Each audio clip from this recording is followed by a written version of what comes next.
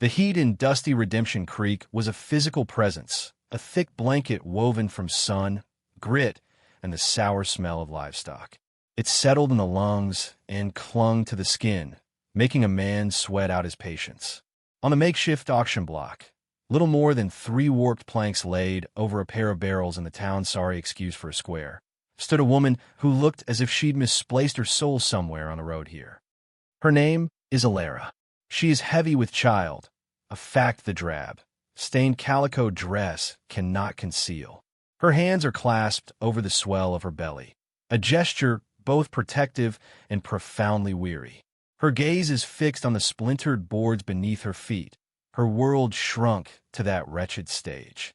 Beside the auctioneer, on a small, rickety table, sits a leather-bound book, its cover worn smooth with handling. It's her diary. The auctioneer, a portly man named Thorne with a voice like gravel grinding, had declared it part of the lot of curiosity, he called it, a glimpse into the melancholic mind of the merchandise. The crowd is a mix of leering opportunists, hard-faced ranchers looking for cheap labor, and the morbidly curious. They murmur and shuffle, their eyes picking her apart. In the shade of the livery stable, leaning against a post, a man named Silas watches, unnoticed. He is leaner than the other cowboys, with a stillness about him that sets him apart. His hat is pulled low, but it can't hide the keen intelligence in his eyes that seem more than just a woman for sale.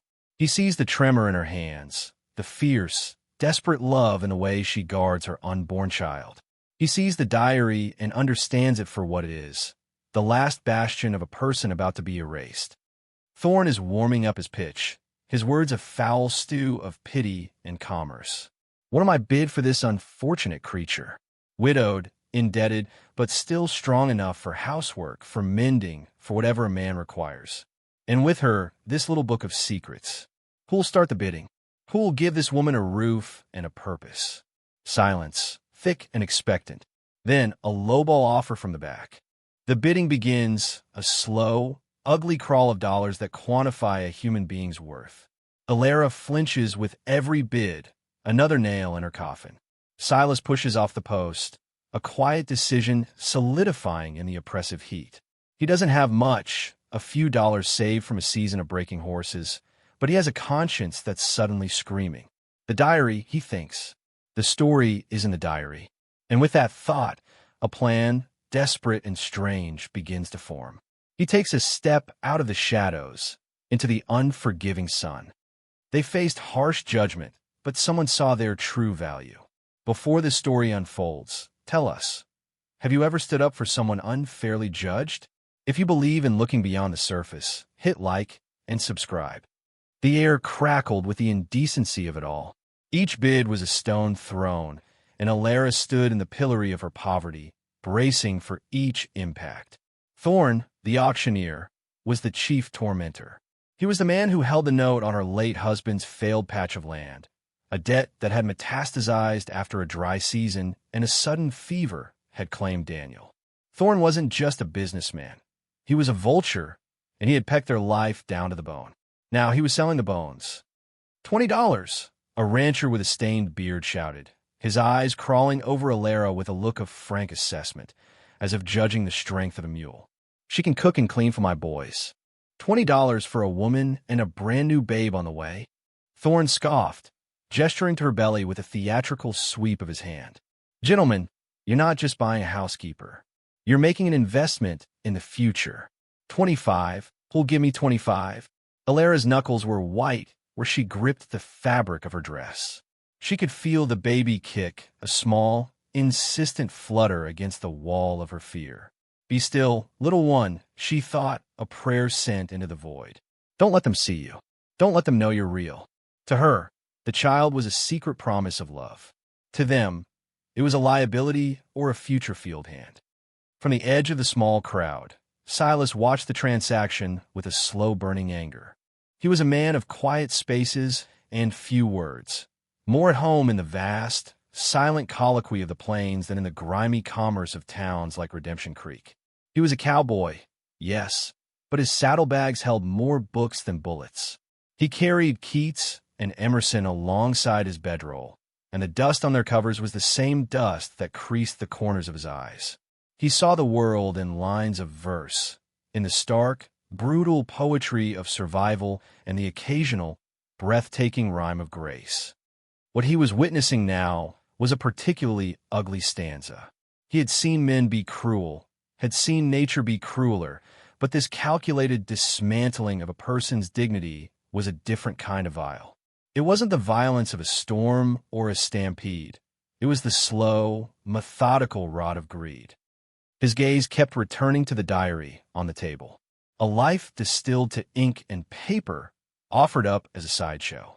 He imagined the hand that had written those words, the hopes and sorrows pressed into each page. To Thorn and the others, it was a novelty. To Silas, it was a testament, a story that deserved a better ending. 25. Another man called out, the owner of the saloon, a man known for his heavy hands and sour disposition. A cold dread washed over Alara. She knew of him. Everyone did. A shiver traced its way down her spine, a far more chilling sensation than the oppressive heat. She risked a glance at the crowd, her eyes scanning the hard, impassive faces, and for a moment they met Silas's. His gaze wasn't like the others. It held no lust, no calculation, no pity. It held a strange, quiet intensity, a look of recognition, as if he were seeing not just her predicament, but her. The connection was fleeting, a spark in the dust, but it was enough to make her heart stutter for a reason other than fear. Silas saw the flicker of terror in her eyes as the saloon owner made his bid. That was the moment his simmering anger boiled over into resolve. He couldn't outbid these men. He had $17 and a few coins to his name. He couldn't buy her freedom, not in their currency. But perhaps he could change the terms of the transaction. He began to move, his steps deliberate, parting the small crowd, not with force, but with a sureness of purpose that made men instinctively step aside. He walked directly toward the auction block, his eyes fixed not on Thorn, but on the diary. "What's this, then?" Thorn asked, his jovial auctioneer's mask slipping to reveal the bully beneath. "You aim to make a bid, drifter, or are you just window shopping?" Silas ignored him. He stopped before the rickety table and reached out, his long, calloused fingers hovering over the worn leather of the book. "What's a story worth?" he asked, his voice low but carrying in the sudden hush. Thorn laughed, a short, barking sound. "The story's worth whatever the woman who wrote it fetches. It's part of the package." "I'll bet on the book alone," Silas stated, his gaze level. $5. For the book. A ripple of confusion went through the crowd. The saloon owner scowled. "What foolishness is this?" "The deal is for the woman." "Is it?" Silas countered, finally lifting his eyes to meet Thorn's. "Seems to me you're selling two things. A person, which is a shameful enough business for any town claiming redemption in its name, and a book, which is a different matter entirely." He picked it up. The leather was warm from the sun, and he could feel the faint impressions of the pages beneath his thumb. It felt heavier than it looked, weighted with a life. "I'll read a page, and then we'll see what she's worth." Thorn's face purpled with rage. "You'll do no such thing. This is my auction, my property." But Silas had already opened the diary to a random page. The crowd, sensing a diversion far more interesting than the sordid auction, leaned in. Alara stared at him, her heart a wild bird in her chest. This stranger, this quiet man, holding her most secret self in his hands. It was a violation more profound than any other, and yet, the way he held the book, with a reverence she hadn't seen since her own husband, sparked a tiny, impossible flicker of hope. His voice, when he began to read, was not the rough drawl of a common cowhand. It was measured and clear, with a cadence that gave the words a weight and beauty they had only ever had in the silence of her own mind. October 3rd, Silas read, his voice cutting through the grimy air. "The moon was a sliver of bone in the sky last night. I told the little one inside me that it was the heavens smiling, a secret just for us. Daniel used to say the world was full of secret smiles, if you knew where to look. I looked for one today. I saw it in the stubborn yellow weed pushing up through a crack in the porch step. Life is a stubborn thing. It wants to grow, even in the hardest ground. I pray this child has that stubbornness.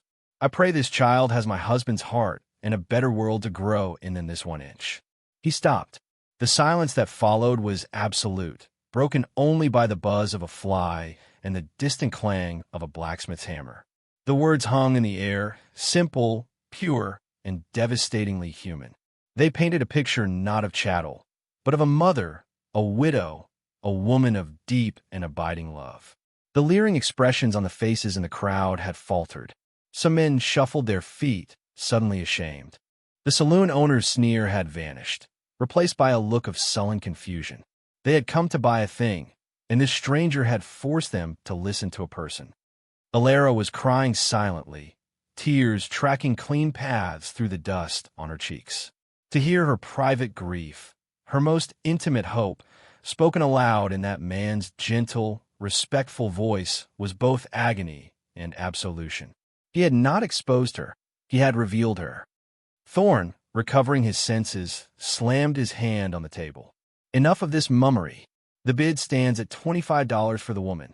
Silas closed the diary gently and placed it back on the table. He turned to face the auctioneer, his calm a stark contrast to Thorne's apoplectic fury. "You're right," Silas said, his voice soft but unyielding.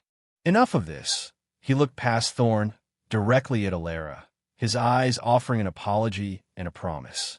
Then he addressed the crowd. "I haven't got $25, but I'll pay the debt she owes." He looked at Thorne. "What was Daniel's debt?" "The true amount, not your inflated number." Thorne sputtered, caught off guard. "That's none of your affair. This is an auction, not a negotiation." "The debt," Silas repeated, his voice dropping to a near whisper that was somehow more threatening than a shout. "Tell me the number, or I'll read another page. Perhaps the one where she writes about how you hounded her husband to his grave over a $50 loan." A gasp went through the crowd. Thorne's face went from purple to a pasty white. He had thought the diary a trifle, not a record of his own villainy. Alara stared, stunned. She had written that in a fit of rage and grief, never imagining it would see the light of day. Silas had bluffed. He hadn't seen that page, but he had read the character of the man before him, and he had made an educated guess. A poet's intuition. Thorne, defeated and exposed, finally croaked $70. It was an outrageous sum, far more than the original debt, but it was less than the cost of his reputation being completely destroyed. Silas didn't flinch. He reached into his pocket and pulled out his worn pouch, emptying its contents into his hand. $17 and change. He looked at the saloon owner. "I'll need a loan." It wasn't a question. The man, shamed by the public reading and Silas's audacity, merely grumbled and nodded, peeling a few bills from his roll. Silas went from man to man, not begging, but collecting. His quiet authority, the power of the words he'd read, compelled them. $1 here, 50 cents there. They were not giving to him. They were contributing to the closing of a scene that had made them all feel dirty. In 10 minutes, he had the money. He walked back to the block and slapped the crumpled bills and coins onto the barrelhead. $70, he said to Thorne. "The debt is paid. The auction is over." He didn't wait for a reply. He stepped up onto the planks, offering his hand to Alara. She looked at his callous palm, then up at his face. The expression in his eyes was one of simple, human decency. After a lifetime of hardship, it was the most beautiful thing she had ever seen. She placed her hand in his. His grip was firm and steady. He helped her down from the block, and without a word, led her away from the gaping crowd, leaving Thorne standing amidst the scattered currency of his shame. The diary remained on the table, forgotten by everyone but the two people whose lives had just become irrevocably bound by its words. Silas paused, went back, and gently retrieved it. He handed it to her. Her fingers brushed his as she took it, clutching it to her chest like a shield. It was all she had left of her old life, and the first piece of her new one. The walk to the livery stable was a journey through a sea of silent stares. The townsfolk parted for them, their earlier mockery replaced by a grudging, bewildered respect. Silas moved with an unhurried pace, his hand resting lightly on the small of Alara's back, a gesture not of ownership but of steadying support. He was acutely aware of her exhaustion, of the slight tremble that ran through her frame. He paid the livery owner for his horse, a sturdy buckskin gelding named Atlas, and for the use of a placid, sway-backed mare for Alara. He said nothing of their arrangement, and the liveryman, having witnessed the spectacle in the square, wisely asked no questions. Silas saddled both animals with an economy of motion that spoke of long practice. He helped Alara mount the mare, his hands gentle as he guided her foot into the stirrup. "My place is a ways out," he said, his first words to her since leaving the square. "About a 2-hour ride. We'll go slow." She could only nod, her throat tight with a knot of gratitude, fear, and utter disbelief. She was free of Thorn, but she was now in the debt of a complete stranger. A man who read poetry aloud in the town square. A man who had looked at her and seen a person. She didn't know which was more terrifying. The trail leading out of Redemption Creek quickly dissolved into the vast, unforgiving landscape of the high plains. The sun beat down, and the world was a palette of browns and pale yellows, broken only by the deep, endless blue of the sky. They rode in silence, a space of several yards between them. Silas seemed to understand her need for that space. He rode slightly ahead, his back a straight, solid line, never looking back but always aware of the mare's pace, slowing Atlas whenever the older horse fell behind. The silence wasn't empty. It was filled with the rhythmic clip-clop of hooves, the creak of saddle leather, and the whisper of the wind through dry grasses. For Alara, it was a balm. The noise of the town, the auctioneer's voice, the speculative murmurs of the crowd, it all began to recede, replaced by the grand, indifferent quiet of the wilderness. She watched the man ahead of her, this Silas.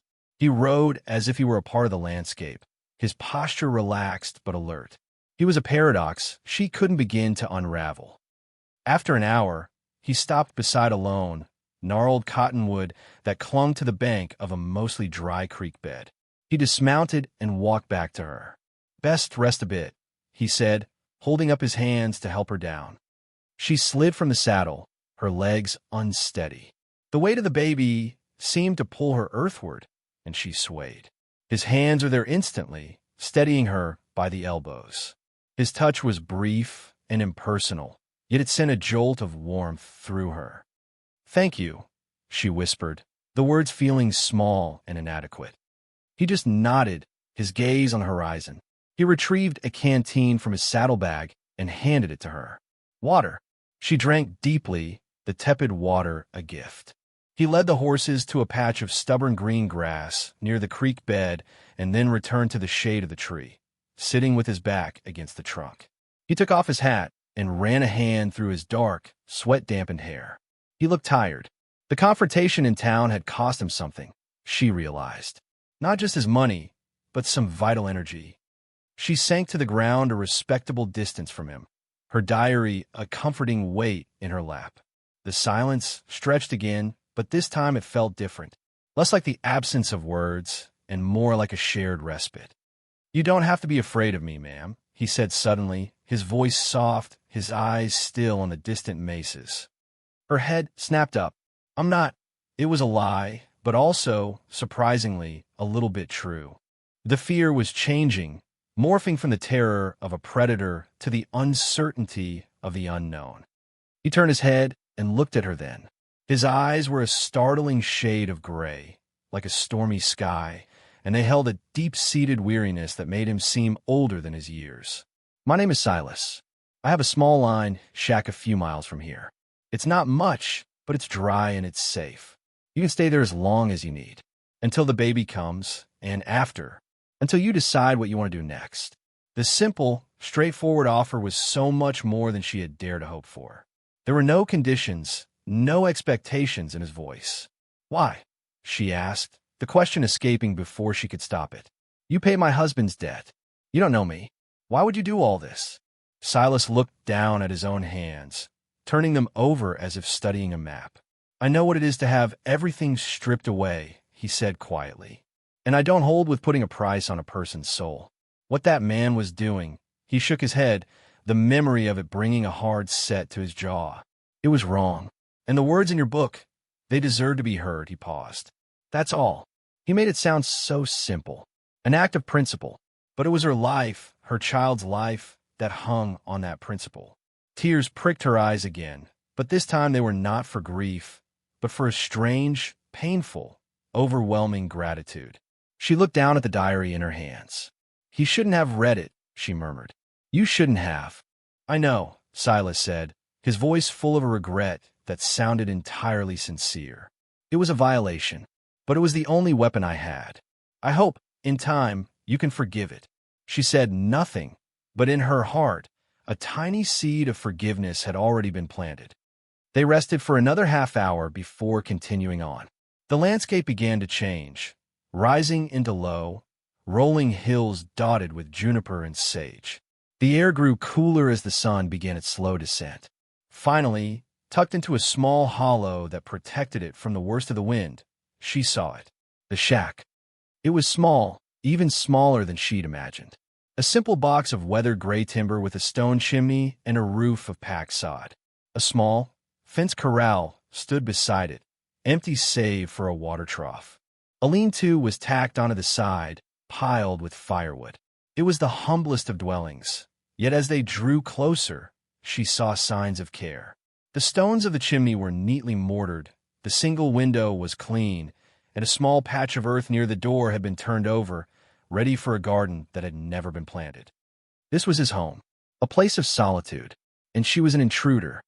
He dismounted and helped her down, his movements weary but unfailingly gentle. Welcome to my metropolis, he said, with the faintest hint of a wry smile. It was the first time she had seen even a shadow of humor on his face. He pushed open the door, and she stepped inside. The interior was a single room, dominated by a large stone fireplace. It was sparse but meticulously clean. A narrow cot was pushed against one wall, a single blanket folded neatly upon it. A rough-hewn table and 2 chairs stood in the center of the room. A shelf on the wall held a small, precious collection of books, alongside a few tin plates and a skillet. There was a stack of paper and a small bottle of ink next to the books. The entire space smelled of wood smoke, old paper, and clean earth. It was a monk's cell, a hermit's refuge. You take the bed, he said, his voice leaving no room for argument. I'll sleep in the lean-to. I often do in the summer. He busied himself tending to the horses, giving her a moment to acclimate.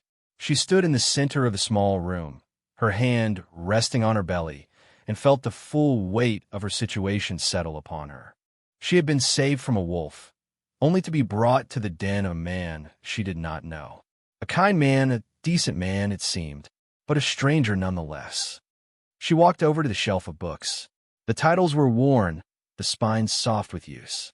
Shakespeare, Whitman, a book of Greek philosophy, not the reading material of a typical cowhand. Her eyes fell on the stack of paper and the inkwell. On the top sheet, a few lines were scrawled in a strong, elegant hand, then crossed out. The sky is a bruised heart, no. Then, below it, the horizon bleeds. He was a writer, a poet. The realization landed with a quiet resonance. The man who had given voice to her words had words of his own, struggles of his own. He wasn't just a savior. He was a craftsman of language, a fellow traveler in the world of ink and paper. When he came back inside, she had moved away from the shelf, not wanting him to know she'd seen his private thoughts. He didn't light the lamp, letting the fading twilight fill the room. He stirred the embers in the fireplace and added a few pieces of wood, coaxing a small flame to life. I've got some jerky and hardtack, he offered. Not much else, I'm afraid. I was due to head to town for supplies tomorrow. That's fine, she said, her voice barely a whisper. They ate their meager meal in silence, sitting at the table, the small fire casting flickering shadows on the walls. The silence was different yet again. It was the silence of 2 people in a small boat, adrift on a vast ocean, each aware of the other's presence, each drawing a strange comfort from it. When they were done, he stood up. There's a water pump out back. The privy is a little ways past the corral. Get some rest, ma'am. You've had a long day. He hesitated at the door, his hat in his hands. The door has a bolt on the inside. Use it, And with that, he was gone, pulling the door closed behind him, leaving her alone in the quiet warmth of the cabin. She stood for a long moment, listening to the sound of his footsteps fading as he went to the lean-to. Then, she walked to the door and slid the heavy wooden bolt into place. It was not a gesture of fear, she realized. It was a gesture of respect for the privacy he had so freely given her. She turned and looked at the cot, at the single blanket, at the small fire crackling in the hearth. For the first time in months, she felt safe. She unlaced her boots, lay down on the cot, and, clutching her diary to her chest, fell into a deep, dreamless sleep. The days that followed fell into a quiet, unspoken rhythm. Silas was a man of routines, and Alara, adrift, found an anchor in them. He rose before the sun, his movements quiet as he slipped out of the lean-to tend to the horses and check his few traps. He would leave a bucket of fresh water by the cabin door before riding out, sometimes for the entire day, checking on the cattle of the large ranch he worked for as a range rider. He was gone for long stretches, leaving the cabin and the small hollow to her. In that solitude, Alara began to heal. The shack, which had at first felt like a cage, however benevolent, slowly began to feel like a sanctuary. She explored its corners, ran her fingers over the rough-hewn walls, and breathed in the scent of him that lingered there, a faint mix of leather, sage, and dust. She found his small stash of supplies and began to impose her own order. She had been raised to be a homemaker, a partner, and the instinct to create comfort from chaos was deeply ingrained. She started with the food. His larder consisted of jerky, beans, flour, and coffee. Using her own well-honed skills, she learned to make passable biscuits on the skillet. She soaked the beans and let them simmer for hours over the fire, filling the cabin with a rich, savory aroma. When he returned at dusk, weary and covered in trailed dust, the smell of a hot meal would greet him. The first time it happened, he stopped dead in the doorway, his expression one of utter surprise. He looked from the steaming plate of beans and biscuits on the table to her, a question in his eyes. "It was the least I could do," she said, her voice soft, her gaze fixed on her plate. He didn't thank her in words. Instead, he washed his face and hands in the basin outside and sat down at the table. He ate with a hunger that was profound, and the silence in which they ate was one of contentment. From that day on, a hot meal was waiting for him. It became their ritual, the one time of day they were guaranteed to share the same space. She found a needle and thread in a small tin box and began to mend his things. A shirt with a torn sleeve, a blanket with a frayed edge. She did it while he was gone, leaving the mended item folded neatly on his cot, which he still insisted she use. He never mentioned the repairs, but she would see him run a thumb over a new seam, a flicker of something unreadable in his eyes. These were their conversations, held in the language of mended cloth and warm bread. Her pregnancy advanced, her body growing heavier, her movements slower. The child within her was a constant, active presence now, a reminder of the future that was both terrifying and full of a desperate, shining hope. Silas was preternaturally aware of her condition. He started leaving a small stool by the door for her to sit on. He moved the heaviest firewood logs closer to the cabin so she wouldn't have to carry them far. Once, he came back not with a rabbit for the pot, but with a handful of pale, delicate prairie flowers. He said nothing, just left them on the table. Alara found an old bottle and put them in water, and their quiet beauty lit up the entire room. The diary remained her private sanctum. She wrote in it every evening, by the light of the fire, chronicling this strange new chapter of her life. She wrote about the silence, about the vastness of the sky, about the quiet kindness of the man who had rescued her. She wrote of her fears for the birth, for her child's future. And she wrote of the growing conflict in her heart, a confusing tangle of gratitude and a burgeoning, tentative affection for this solemn stranger. One evening, Silas returned earlier than usual. She was sitting at the table, the diary open, lost in thought. She didn't hear him until the door creaked open. She closed the book with a guilty start, her heart thumping. He stopped, seeing the look on her face. "I'm sorry," he said. "I didn't mean to disturb you." "You didn't," she lied, her cheeks flushing. He nodded, accepting the lie with grace. He brought in his saddlebags and set them on the floor. "We're out of flour," he said, "and coffee. I'll have to ride into town tomorrow." The word town landed like a stone in the quiet pool of their existence. Town meant Redemption Creek. Town meant Thorn. Town meant the leering faces and the whispers. A knot of anxiety tightened in her stomach. She hadn't left the sanctuary of the hollow since the day she'd arrived. "I see," she said, her voice small. He seemed to hear the fear behind the two simple words. He busied himself at the fireplace, his back to her. "You don't have to worry. No one's going to bother you. Thorn got what he wanted. The town has a short memory for things they'd rather forget." But she knew that wasn't true. A spectacle like the one in the square wouldn't be forgotten. It would curdle into legend, into gossip. She and Silas were now a story, and she feared the town's telling of it. The next morning, he prepared to leave. He made a list on a scrap of paper. Flour, coffee, salt, lard. Kerosene for the lamp. He stood at the door, list in hand, a deep furrow in his brow. "Is there anything that you need?" he asked, the question awkward. He meant woman's things he couldn't possibly know about. She was touched by his clumsy consideration.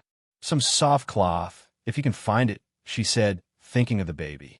"And maybe some soap, the kind that doesn't smell of lye." He nodded, memorizing the requests. "I'll be back before nightfall." He paused, his gray eyes meeting hers. "Bolt the door." She watched him ride away, a lone figure shrinking against the vast landscape, and an unfamiliar loneliness settled over her. The cabin felt too quiet, too empty. His absence was a presence in itself. The day stretched on, long and fraught with a low hum of anxiety. She tried to keep busy, sweeping the floor, kneading the last of the flour into a small loaf of bread. But her mind was in town with him.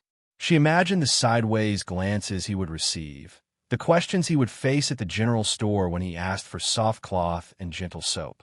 He was defending her again, in his own quiet way, just by making those purchases. As dusk began to settle, her anxiety sharpened. He had said he'd be back before nightfall, but the sky was already streaked with orange and purple, and there was no sign of him. She went to the door a dozen times, peering out at the empty trail. What if Thorn had confronted him? What if there had been trouble? The world outside her small hollow was full of dangers she had momentarily forgotten. The moon was rising, a pale disk in the darkening sky, when she finally heard the sound of hooves. Relief washed over her so intensely it made her dizzy. She unbolted the door and stepped outside. Silas was riding slowly, Atlas looking spent. As he drew closer, she saw that his face was grim, his jaw set in a hard line. He dismounted without a word and began to unstrap the supplies from his saddle. "Is everything all right?" she asked, her voice trembling slightly. He didn't look at her. "Everything's fine," but his tone was clipped, strained. He carried the sacks of flour and other goods inside, setting them on the table. She saw the parcel of soft flannel and the bar of unscented soap. He had remembered. He worked with a tense, angry energy, putting things away on the shelf. "What happened, Silas?" she pressed, unable to bear the silence. He finally stopped, his back still to her. He braced his hands on the table, his shoulders slumped. "Thorn was at the store," he said, his voice low and rough. He and a few of his cronies. Ice flowed through her veins. "What did he do?" "He ran his mouth," Silas said, turned to face her. In the dim light from the fire, she could see a dark bruise forming high on his cheekbone, near his eye. Her hand flew to her mouth. "He hit you." "It was nothing." "It's not nothing," she cried, stepping closer. "What did he say?" Silas looked away, his gaze falling on the floor. He seemed ashamed, not of the fight, but of the words themselves.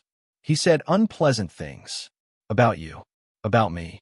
About the baby." He swallowed hard. "He called you my purchased whore, and said he wondered if the child was his." The words were a physical blow. Alara staggered back, the air knocked from her lungs. The sheer, calculated cruelty of it was breathtaking. Thorn hadn't just wanted his money. He wanted to destroy her, to soil the one pure thing she had left. "And what did you do?" she whispered, her eyes fixed on a bruise on his face. "I told him he was a liar and a coward." Silas's voice was flat, devoid of emotion. "And then he took a swing at me. I returned the favor." The sheriff broke it up before it went further. He finally met her eyes, and she saw not anger, but a deep, churning pain. "I am sorry, Aloud. I'm sorry I brought that ugliness back here." He was apologizing. He had defended her honor, had taken a fist to the face for her, and he was apologizing for disturbing her peace. In that moment, something shifted within her. The last wall of her fear and uncertainty crumbled, replaced by a fierce, protective wave of emotion for this man.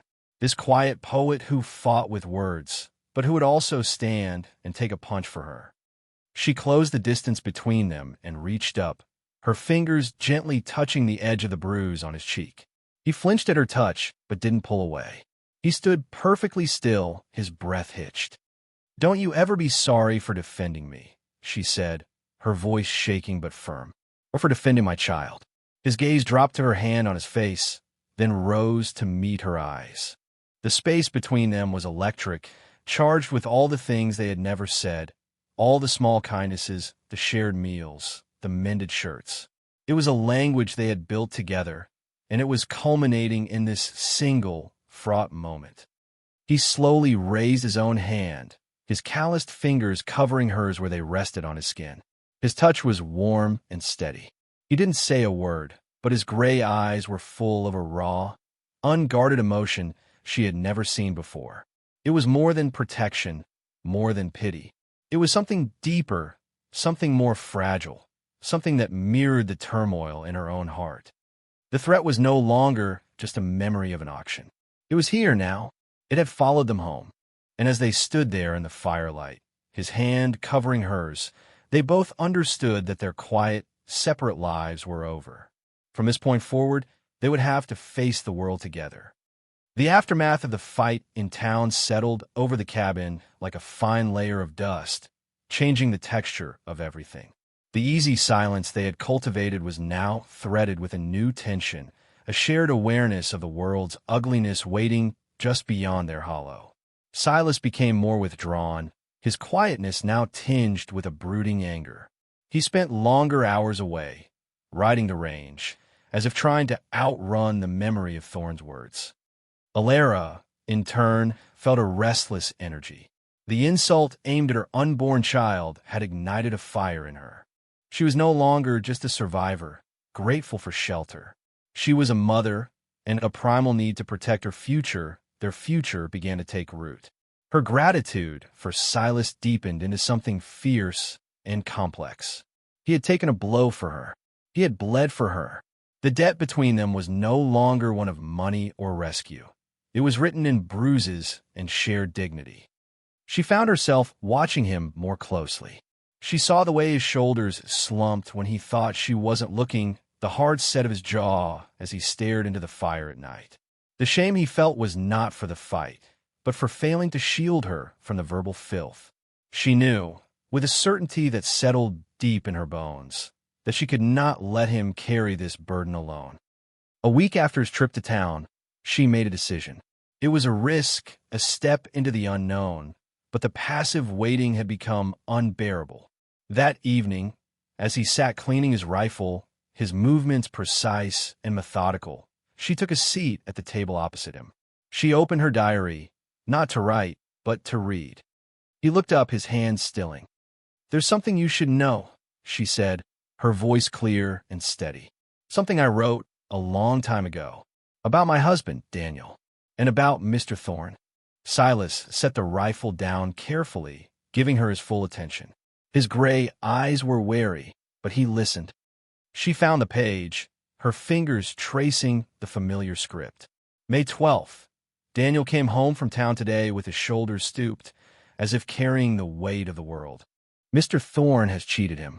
The contract for the seed loan, the one Daniel signed in good faith, had a clause in the fine print. An interest rate that climbs with every missed week of payment. A devil's bargain. Daniel can't read the fine print. He trusts a man's handshake. Thorne knows this. He preys on it.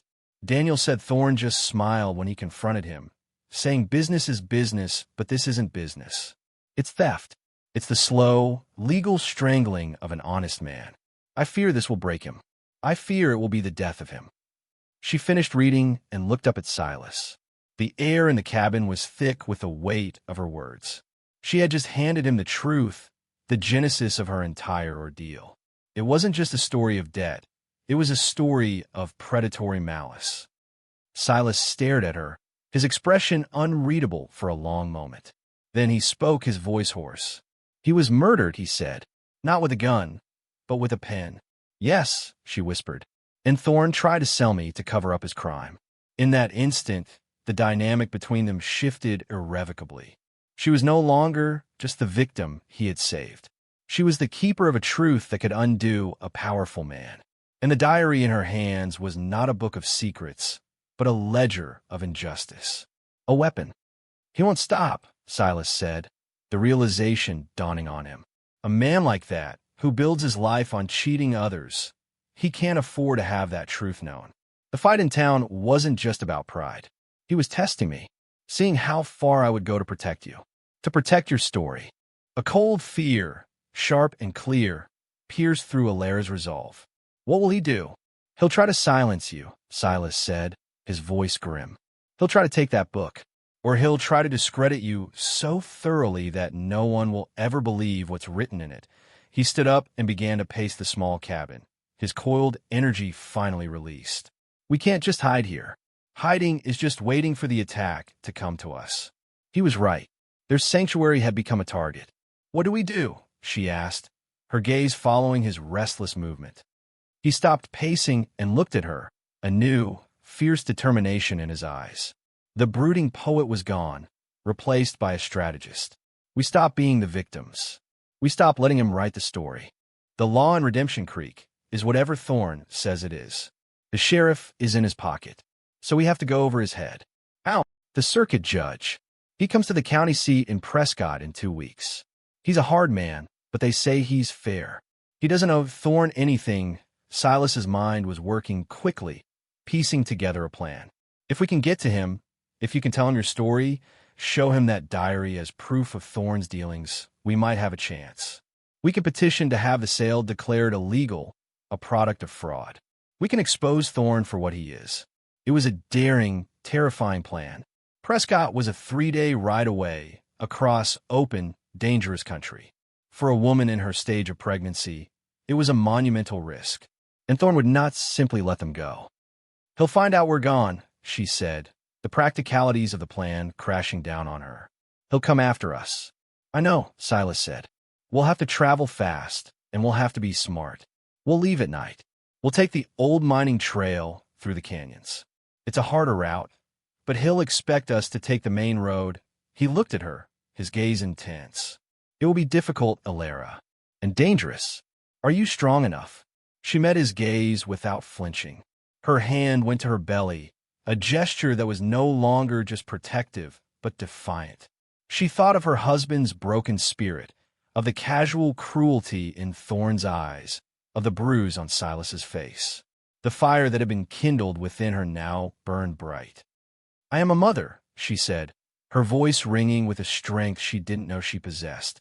I will do whatever it takes to secure a decent life for my child. A life free of men like him. A slow smile touched Silas's lips, a true smile that reached his eyes and transformed his weary face. It was a look of profound respect, of admiration. I knew you were, he said. The decision was made. The air in the cabin shifted again, this time charged with purpose. They were no longer just two people hiding from the world. They were partners. They had a destination, a mission. Over the next few days, the cabin became a base of operations.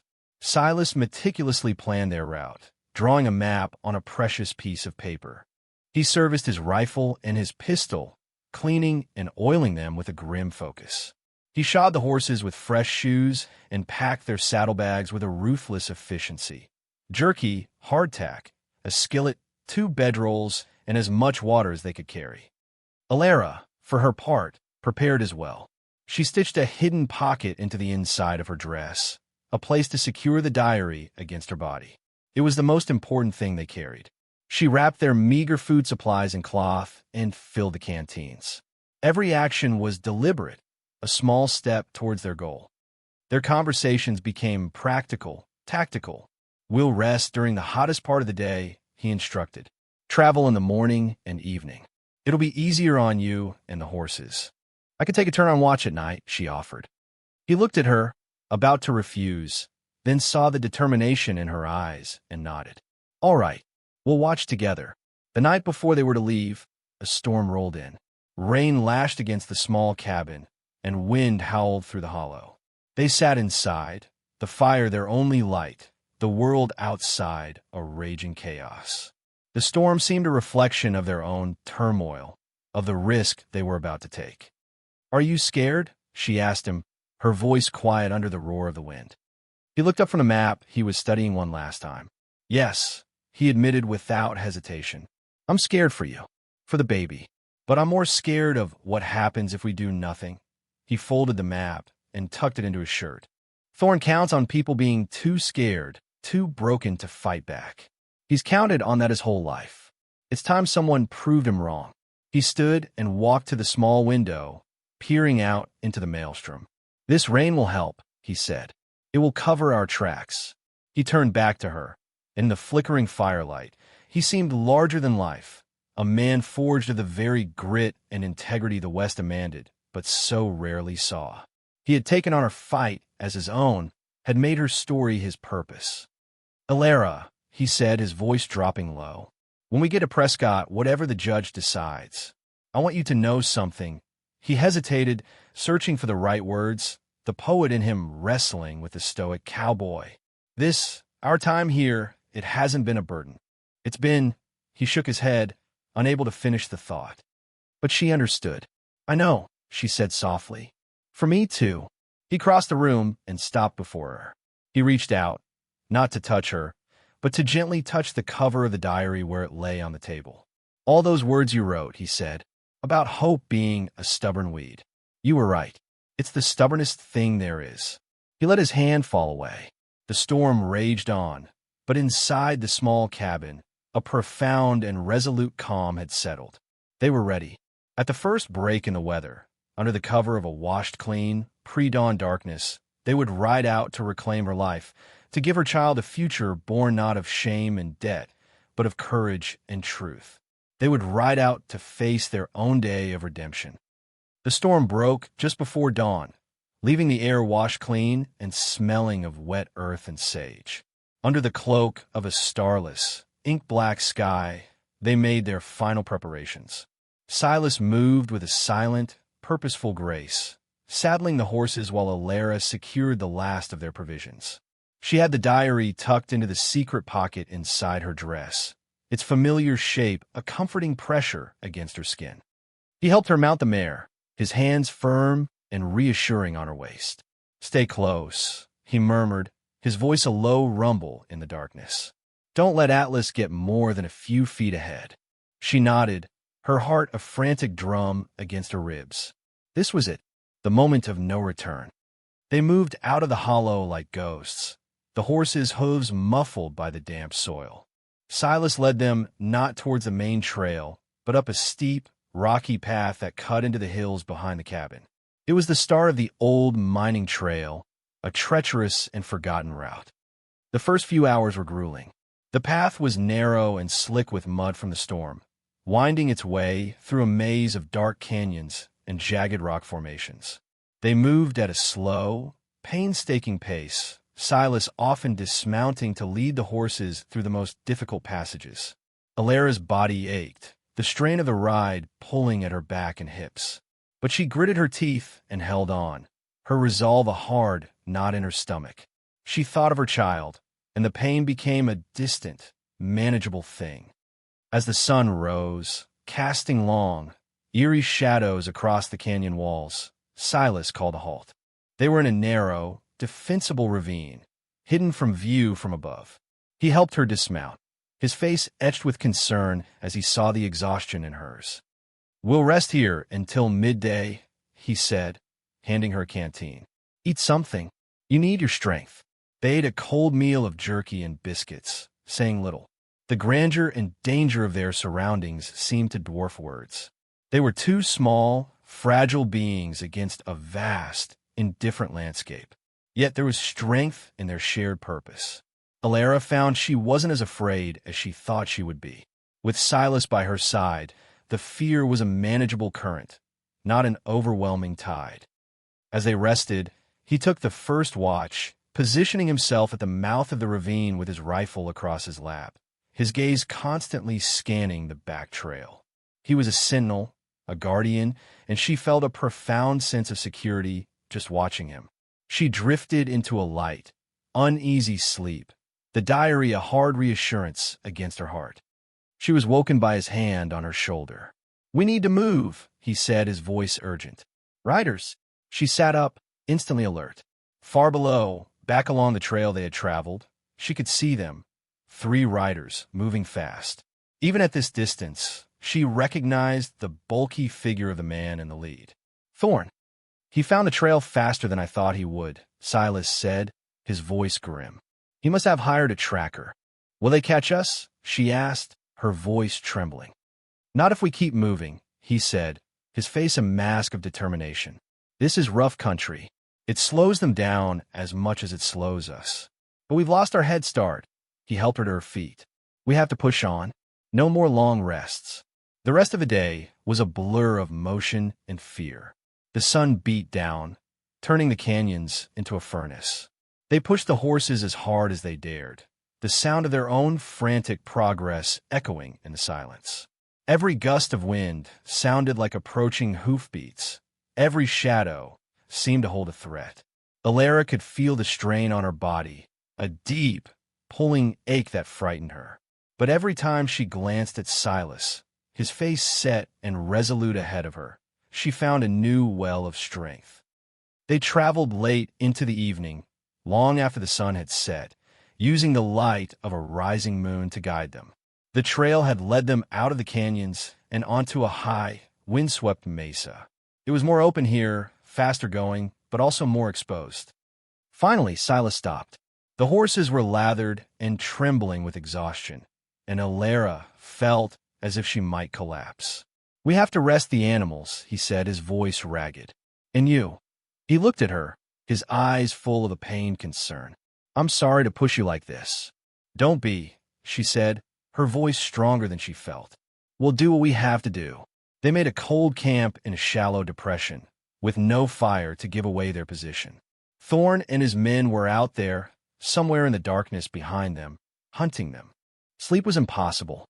They sat with their backs against their saddles, sharing a blanket for warmth against the high country chill, the rifle between them. "When I was a boy," Silas said suddenly, his voice soft in the vast darkness, "my father owned a small press. A newspaper. He taught me to love words. He believed they were more powerful than any gun. He wrote an article exposing a corrupt land baron. The man couldn't fight the truth of the words, so he burned the press down one night. We lost everything." He paused, the memory a heavy weight in the air. "My father never recovered his spirit. I learned then that words are only as powerful as the courage of the people who speak them." Alara listened, her heart aching for the boy who had watched his father's dreams go up in smoke. She now understood the source of his fire, the reason he had intervened in the square. Her fight was his fight, a battle he had been waiting to wage his entire life. "Your father will be proud of you," she said softly. He turned to look at her, his face a landscape of shadows and moonlight. "He would be proud of you, Alara, for writing the truth, even when you were alone." In the shared intimacy of the cold, dangerous night, something shifted between them. The roles of rescuer and victim, of protector and protected, dissolved completely. They were simply two people, bound by a shared belief in the power of a story, willing to risk everything for it. He reached over and, with a startling tenderness, brushed a stray strand of hair from her forehead. His fingers lingered for a second, a silent acknowledgement of the bond that had grown between them. Suddenly, Atlas, who had been dozing nearby, lifted his head and let out a low nicker, his ears swiveling towards the darkness. Silas was on his feet in an instant, rifle in hand. "They're here," he whispered. He pulled her down behind the meager cover of the saddles. "Stay down," he commanded. From the darkness, a voice called out, dripping with smug triumph. Nowhere left to run, poet. It was Thorn. "Give me the woman and the book, and I might just let you walk away from this." "You know I can't do that, Thorn," Silas called back, his voice steady and strong, belying the frantic beating of his own heart. "Then you'll die here," Thorn roared, "on this godforsaken rock, for a bankrupt whore and her book of lies." A gunshot shattered the night, the bullet whining over their heads and smacking into the rock behind them. The confrontation they had fled had caught up to them. There was no judge here, no law but the law of the gun. The climax was not to be in a courtroom in Prescott, but here, now, under the cold, indifferent gaze of the moon. Silas pushed the rifle into Alara's hands. "You know how to use this?" he asked, his voice low and urgent. She nodded, her hands shaking as she took the heavy weapon. Daniel had taught her. "Don't fire unless they get past me," he said. He drew his own pistol, the click of the hammer cocking sounding deafeningly loud in the tense silence. "They think it's just me. Stay hidden. Stay quiet." Before she could protest, he was gone, melting into the shadows on the edge of their camp. She was alone, huddled behind the saddles, the weight of the rifle a terrifying responsibility. She could hear them now, the sound of men dismounting, their voices low as they planned their attack. Another shot rang out, this time from a different direction. It was Silas, firing from the rocks to their left, drawing their attention. A man shouted in pain. Silas was not waiting for them to attack. He was taking the fight to them. Gunfire erupted from all sides. The night exploded into a terrifying cacophony of shots, shouts, and ricochets. Alara pressed herself to the ground, her heart hammering against her ribs. She was caught in a crossfire, her baby's life and her own hanging by the thread of Silas's courage. She could hear him moving, a ghost in the darkness, firing, then changing position, making them believe he was more than one man. One of Thorn's men, trying to flank Silas's position, stumbled into their camp. He saw her, a dark shape huddled on the ground. A cruel grin split his face as he raised his pistol. "Well, look what we have here." There was no time to think, no time for fear. The mother bear instinct that had been simmering within her for months erupted in a single, decisive action. She raised the heavy rifle, just as Daniel had taught her, aimed for the center of the man's mass, and pulled the trigger. The rifle kicked back hard against her shoulder, the boom of the shot deafening. The man cried out and staggered backward, clutching his leg where the bullet had hit, and fell to the ground. The sudden, unexpected shot from within the camp threw Thorn's men into confusion. In that moment of chaos, Silas made his move. He burst from the shadows, a silent, deadly force, and crashed into the second henchman, disarming him with a brutal efficiency. Now it was just Thorn. He stood alone, his pistol wavering, his face a mask of disbelief and fury in the moonlight. He stared at Alara, who was struggling to her feet, the rifle still in her hands. He looked at the man she had shot, groaning on the ground.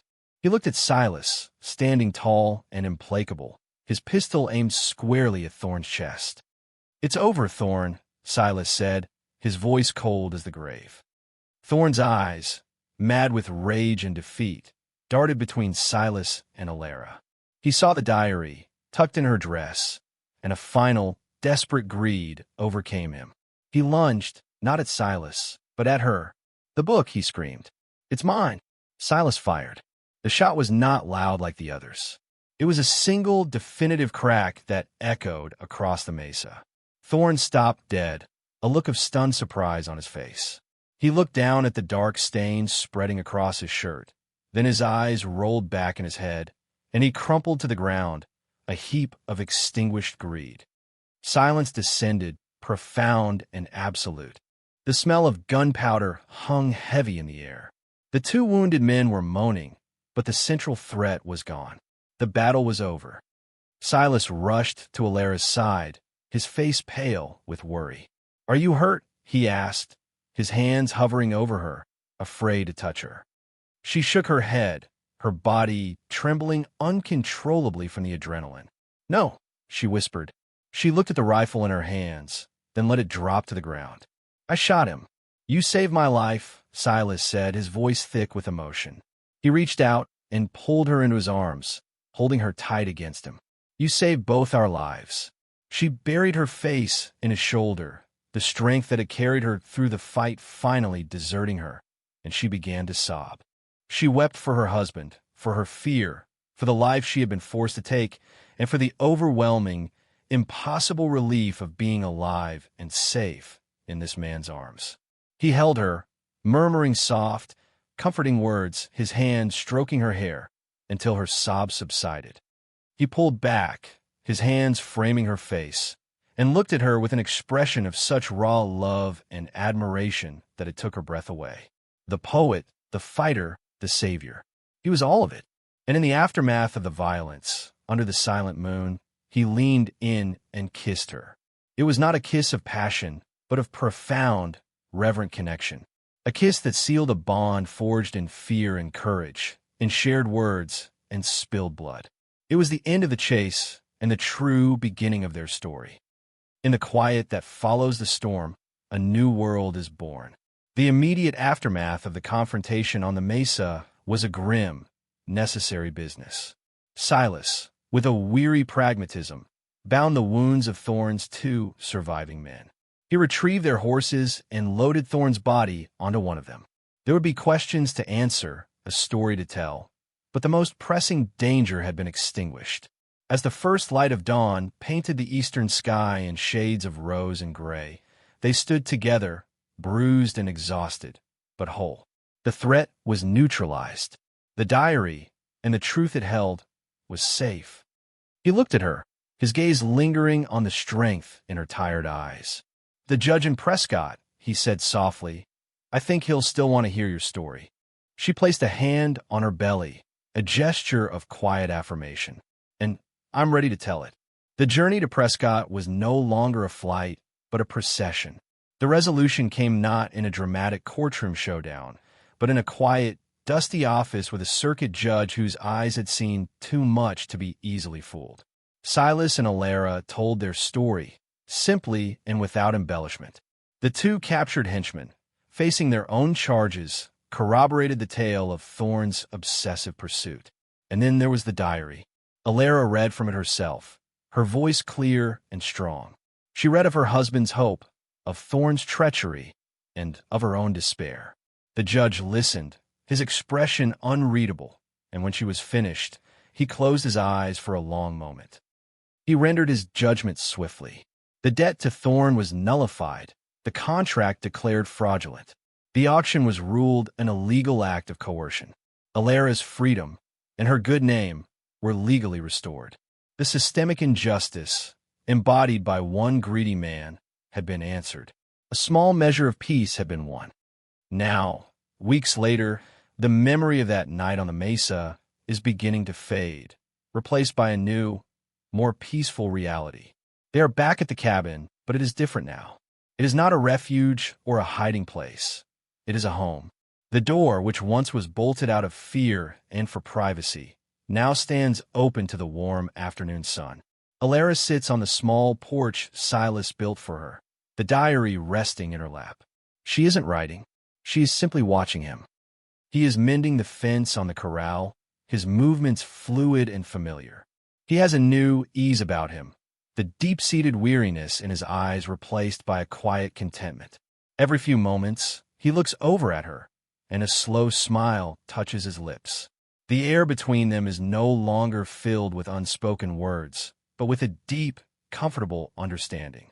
Their shared ordeal has stripped away all pretense, leaving only a core of profound, mutual respect and a love that needs no grand declaration. She has found her voice, her agency. She is no longer the woman on the auction block, defined by her predicament. She is Alara, a mother-to-be, a survivor, a woman who stood her ground. And he is Silas, the poet cowboy who saw her, who fought for her, and who found in her story the completion of his own.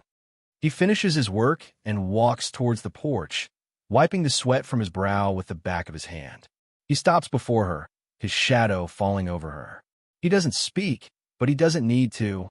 He reaches down and places his hand on her shoulder, his touch warm and familiar. Together, they look out at the vast, sprawling landscape. It is no longer a place of threat or indifference. It is theirs. The stubborn yellow weeds are pushing up through the cracks in the dry earth, and the sky is full of secret smiles. He had not just paid a debt in a dusty town square. He had found his heart, and in the quiet of their small hollow, a new and stubborn life was about to begin. Thanks for watching. If you believe in compassion, overcoming prejudice, and finding love in unexpected places, give this story a like and subscribe for more. Her true worth was finally seen. What does true value in a person mean to you? Tell us below.